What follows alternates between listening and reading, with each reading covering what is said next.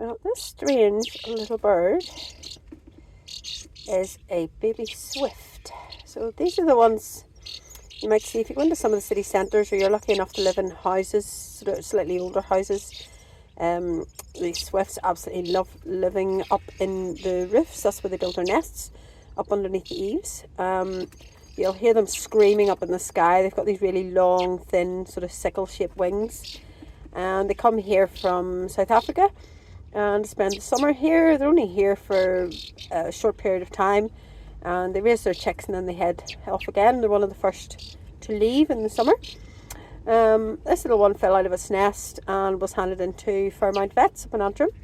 And they had him for a couple of days and then we took him in. And he's doing so well. Or I say he, could be a she. It is doing very well. And all its feathers are starting to come out now, so it's starting to look a bit like a sort of punk guy with his spiky hair. So you can see all the feathers coming out there on his body, which is great.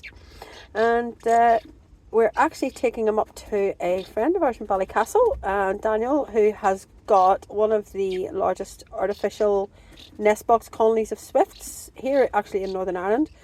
And we have had a very successful time over the years of adopting or fostering these little baby swifts into nest boxes. So Daniel has cameras in his box and they can actually see the chicks. So we'll send him a photograph of a chick we get in and see if they have any boxes that have got maybe one or two chicks that are very close in age. And we can pop these into the box, and whenever the mums come in, these little guys just open their mouths, and all mum sees is these giant mouths coming, begging for food, and they don't seem to realise that they've acquired a new baby. This one's just had a big feed. You can see his neck is bulging there, so don't panic. And that's just all the food. And they store quite a lot of food in their throats. And so we're going to take this wee guy up and see as we can get him into a little box, and hopefully all goes well. Today I was contacted by Debbie regarding a swift that she's been looking after to see if there was any way possible I could have it fostered by one of my breeding pairs. Currently I have 55 nest boxes in my house. 27 of those are currently occupied this year, with a number of them having cameras in it. That has allowed me to observe what's going on in the nest box, and I will be fostering that chick in box 37. I'll wait till the parent birds leave and then pop in, and we will hopefully have that chick reared by those parents.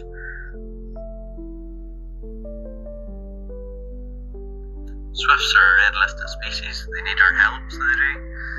From 2001 they were added to the red list here in the UK and Ireland. They have declined by 66% from 1995, so they are at risk of vanishing from our skies. One of the reasons for the decline in swift numbers is the lack of nest sites.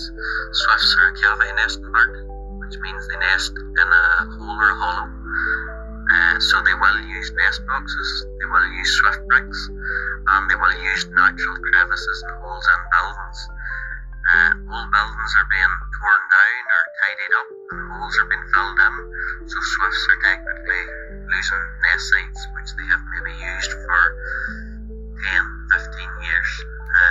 So it's very important that we give these birds a chance by erecting nest boxes or in new builds.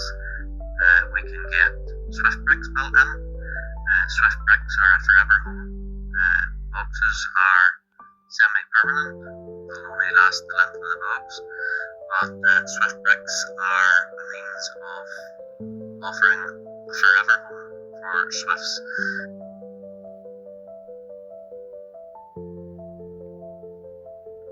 A lot of people get swifts mixed up with other birds we have here, such as swallows and house martins. There's also sand martins, but they're not as common in urban and city areas. But the swallows and the house martins have a bad reputation for making the mud mess and dirty and all over the place. Swifts aren't like that. Swifts use the hollows and nest boxes and swift bricks, and they're a very clean bird.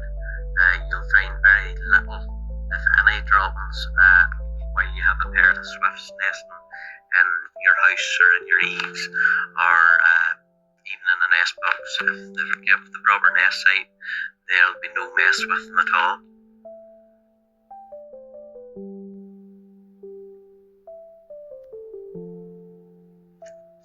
Swifts usually arrive late April, early May, and will stay until the last few weeks of August.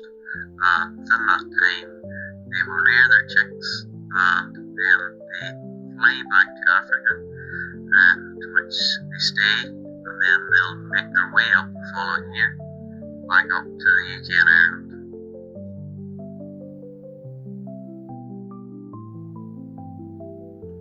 Here in Northern Ireland, there are lots of individuals doing their bit to help swifts by putting up nest boxes, by helping schools put up nest boxes, and by raising the awareness of swifts and the plight that faces them.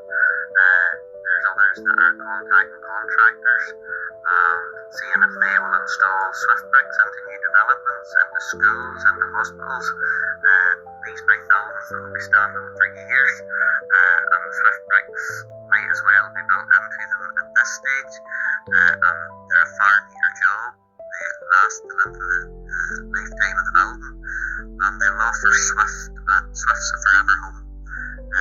We have to do more here in Northern Ireland to promote the swift and to make it that it's one of our species that we don't lose. Since 1995, it's declined by 66%. So it is a species that could be lost in living memory, which would be very sad. Losing the sound of summer would be very sad. Once it's gone, it's gone. And many of these things in nature are a lot harder to bring back than they are to maintain.